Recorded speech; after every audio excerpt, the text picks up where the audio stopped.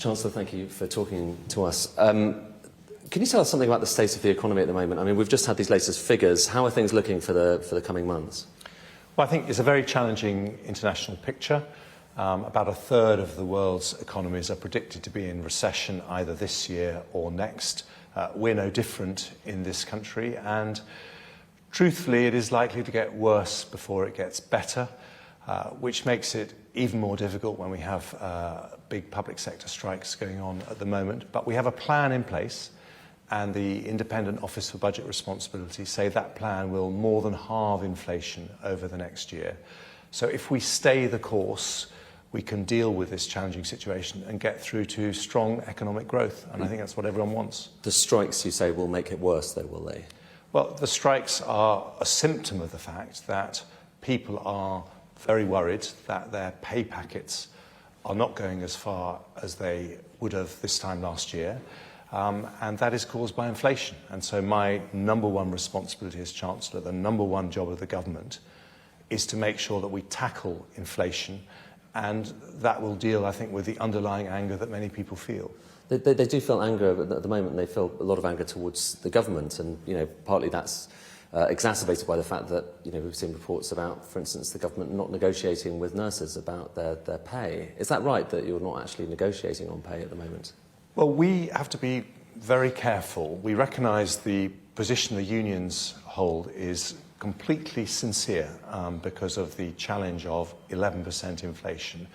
On the other hand, we also have a sincerely held position, which is that we don't want to do anything that would lock in that high inflation rate for a long time to come. So the right answer in a situation like this is to follow an independent process where someone independent looks at the union's position, looks at the government's position, and comes to a fair compromise. And that's what we think should happen, and that's why we are supporting the independent pay review body processes. What, more or less, would you say the rate of wage inflation is for the private sector and the public sector at the moment?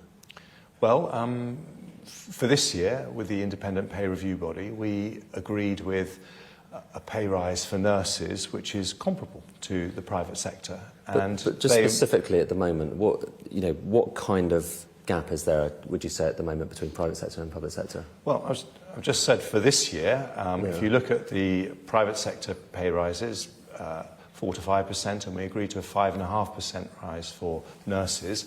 Next year, the independent pay review body will look at those factors, and they will come to a balanced judgment. And we are happy to follow that independent process. We think that there is a genuine difficulty in coming to the right balance between our concern not to lock in high inflation and people's worries about how far their pay is going, and we think an independent process is the right solution. But the answer, Chancellor, is that private sector pay is running about 7%, public sector pay is running at about 2% or less than 2% if you look at some measures. There is an enormous gap that's opening up now. So can you not see why a lot of people, particularly in the public sector, are so frustrated? Well, I don't say for a moment that these aren't very sincerely held positions, and surely the right answer in that situation... But is it not fair for them to get closer to the private sector rate of inflation? They're falling back, and everyone is getting poorer right now, but they are getting poorer faster than the private sector.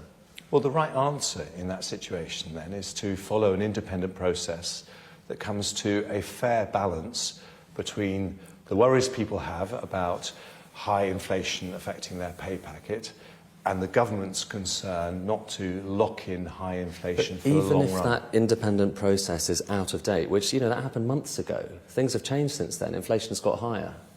Well... So will you not go back and look at the numbers and say maybe that needs to be reflected?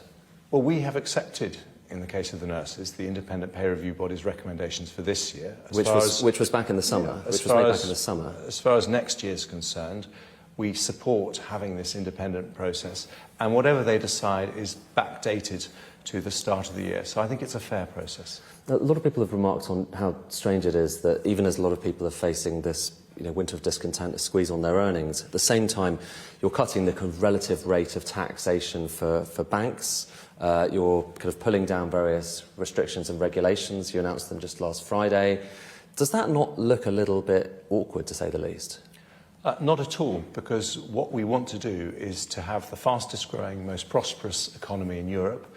Financial services are responsible for about 10% of our economic output, a much higher proportion of the taxes that pay for the NHS and public services. And if we want to fund those public services, we need to encourage our high growth sectors, whether it's technology, whether it's green industries, whether it's life sciences, and that's what we'll be outlining over the months ahead. How worried, final question, how worried are you about the state of the labour market at the moment? You know, the UK does look like it's in a kind of stickier position than many other countries around the G7. Does that concern you? Well, we have a tight labour market here, but we're not the only country to do that, and certainly that's something we'll be looking at in the months ahead. Okay, Chancellor, thank you very much indeed. Thank you. I think the Treasury looks like it could do with a couple of 100-watt bulbs. As you can see, I'm joined now by our economics editor, Ed Conway, and our business presenter, Ian King. Ed, to you first. Let's just talk about the strikes and public sector pay. I mean, when you hear people like Jeremy Hunt, like Steve Barclay saying that what the unions are asking for is unaffordable, there's just not enough money to do what they want, I mean, that's nonsense, isn't it? It would be expensive, but it's nonsense to say that they don't have the money to do it. No, I mean, they could finance, you know, quite a lot more spending if they wanted to. The question is kind of what the quid pro quo for that is. And it's worth also saying that, you know, even if you're spending more money on those wages, some of that would potentially come back through higher tax take and some of it would come back through higher spending. But the bigger picture, I mean, there's two things. There's first of all the question of, you know, are they nervous about the state of the public finances now in the wake of what happened in the mini-budget? Certainly they are, and that kind of inclines to what the Treasury generally kind of feels. It's generally very conservative about this stuff. But secondly, and more importantly, and you kind of got a sense of that from the interview there, they are really worried about inflation, and they're worried about kind of adding to that pressure.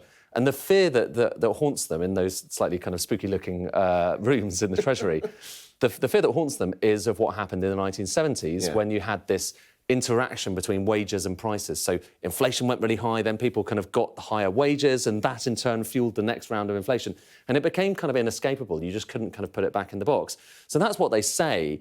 But the reality is, as you will have seen there, is that there is a big gap between the private sector right now, where wages are running away really quite fast, and the public sector where they're not. And as a result, you know, you can make a good case. I mean, it's difficult to compare those two things. It's difficult to compare public sector earnings and private sector earnings, given there's all these things like final salary pensions that make, you know, it's more attractive in many parts of the public sector.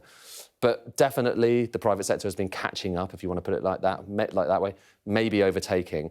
And here we are in this really tough period, both for public services, for the rest of the economy. Those numbers this morning not looking very good. And so it is quite hard. You know, no one is going to be happy out of these negotiations. But as you say, it's not quite as straightforward as saying we can't afford it. It's more complex than that, which is why I think the government's struggling.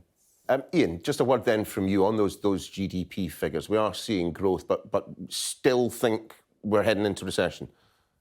Well, that seems to be the likelihood. Yeah, I mean, the October number was unexpectedly strong, actually, 0.5% growth, better than the market was looking for. That, I think, largely reflects the fact that there was a bounce back for September. There was an extra bank holiday for the late Queen's funeral, and accordingly, GDP came off very sharply in September. If you look at the 3 months to October as a whole, the UK economy contracted by some 0.3%. That was from the previous 3 months to the end of July. That's actually the worst 3-monthly period since the first quarter of January last year, when, of course, the UK was still in a COVID lockdown. So the broader picture is not terribly encouraging. And actually, even where there were pockets of growth in October, consumer-facing services did extremely well, which I think actually highlights the fact that there is still this big cushion of household savings, which was built up during the pandemic, that households have not burned their way through yet. So there is still money to be had from consumer spending out there.